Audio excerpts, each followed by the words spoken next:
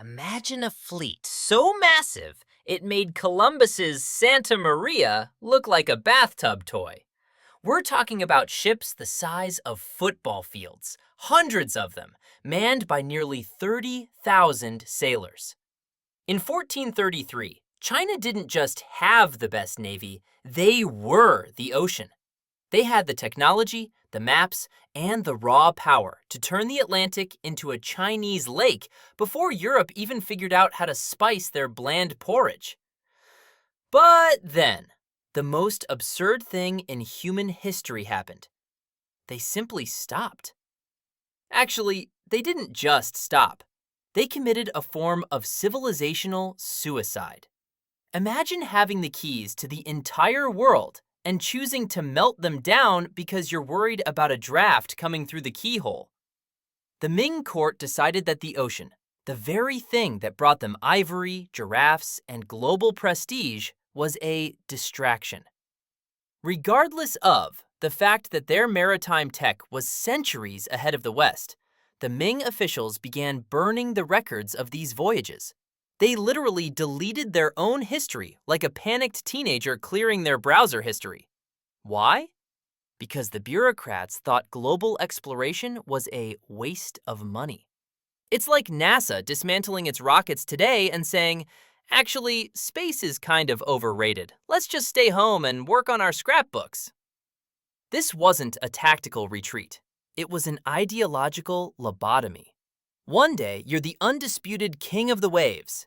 The next, you're making it a capital crime to build a ship with more than 2 masts. It sounds like a bad joke, but this messy family of Ming royals was about to turn their back on the horizon, effectively locking themselves in a golden cage while the rest of the world was just starting to wake up. You'd think the founder of a dynasty would be a visionary with a grand plan for the future. But Zhu Yuanzhang, the first Ming emperor, was basically a man with extreme stranger danger vibes. He rose from a penniless monk to the top of the food chain, a journey that made him incredibly power-hungry and, frankly, a bit paranoid. To him, the ocean wasn't a gateway to trade, it was a giant, unpoliced back door that his enemies could use to sneak in and ruin his new empire. To fix this, he dropped the ultimate ban: Haijin. The rule was simple and terrifying. Not a single plank shall drift into the sea. If you were caught building a multi-masted ship, you weren't just looking at a heavy fine. You were looking at a very permanent retirement from breathing. Actually, it was a bit of a messy family situation. While the founding father was busy building a metaphorical wall around the coastline, his son, the Yongle Emperor, later decided to flex by sending those massive treasure fleets out. You might think the son was a rebel breaking the rules, but in reality, he was mostly riding his father's coattails of absolute authority to prove he was the true successor after a bloody civil war. He didn't want to explore for the sake of discovery. He wanted to show the world and his rivals that he was the biggest boss on the block. Regardless of how many giraffes or exotic jewels they brought back, the court's heart wasn't in it. To the Ming bureaucracy, the ocean was an uncontrollable, expensive mess that didn't fit into their neat, land-based tax spreadsheets. They wanted a predictable world where everyone stayed in their lane, specifically a lane made of dirt far away from the salt air. They weren't just banning boats. They were attempting to delete the horizon. So, did the sea ban actually stop people from going to sea? Not even close. Actually, it just turned honest merchants into the world's most successful underwater startup, the pirate smuggler conglomerate. If you ban the sale of something everyone wants, you don't delete the demand. You just delete the tax revenue and give the business to the guys with the biggest swords. History books usually talk about the Wokou, the dwarf pirates who supposedly terrorized the Chinese coast. The narrative makes it sound like a foreign invasion, but here is the plot twist. If you look at the arrest records from the 16th century, about 70 to 90% of these pirates were actually Chinese. They weren't bloodthirsty monsters. They were frustrated traders, fishermen, and local entrepreneurs who were tired of the government's messy and restrictive policies. Take a guy like Wang Zhi. He wasn't just some guy on a boat. He was essentially a 16th century power-hungry multinational CEO. He had his own fleet, his own private island in Japan, and enough firepower to negotiate with the Ming court as an equal. He even tried to convince the government to legalize trade, offering to clear the seas of real pirates in exchange for a business license. But the Ming officials, who were too busy riding the coattails of ancient isolationist doctrines, chose to execute him instead. Regardless of how many pirate kings the government beheaded, the cycle wouldn't stop. By criminalizing the ocean, the Ming Dynasty didn't protect its borders.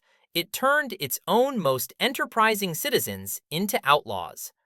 They turned the South China Sea into a giant, unregulated battlefield, all because they were too afraid of a world they couldn't micromanage from a desk in Beijing. While the Ming court was busy dismantling its navy, the rest of the world was basically playing a high-stakes game of finders keepers. History is often framed as the rise of the West, as if Europe had some magical cheat code for global dominance. But the truth is much more ironic. The West didn't necessarily outcompete China on the high seas. They just walked into a room where the reigning heavyweight champion had already knocked himself out and left the door unlocked.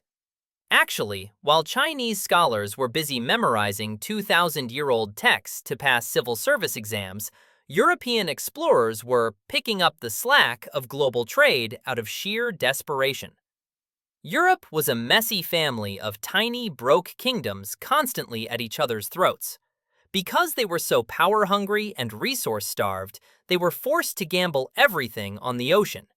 Meanwhile, China, the civilization that literally invented the compass and gunpowder, decided these world-changing technologies were better used for garden parties and feng shui than for, actually knowing where you are or defending your interests.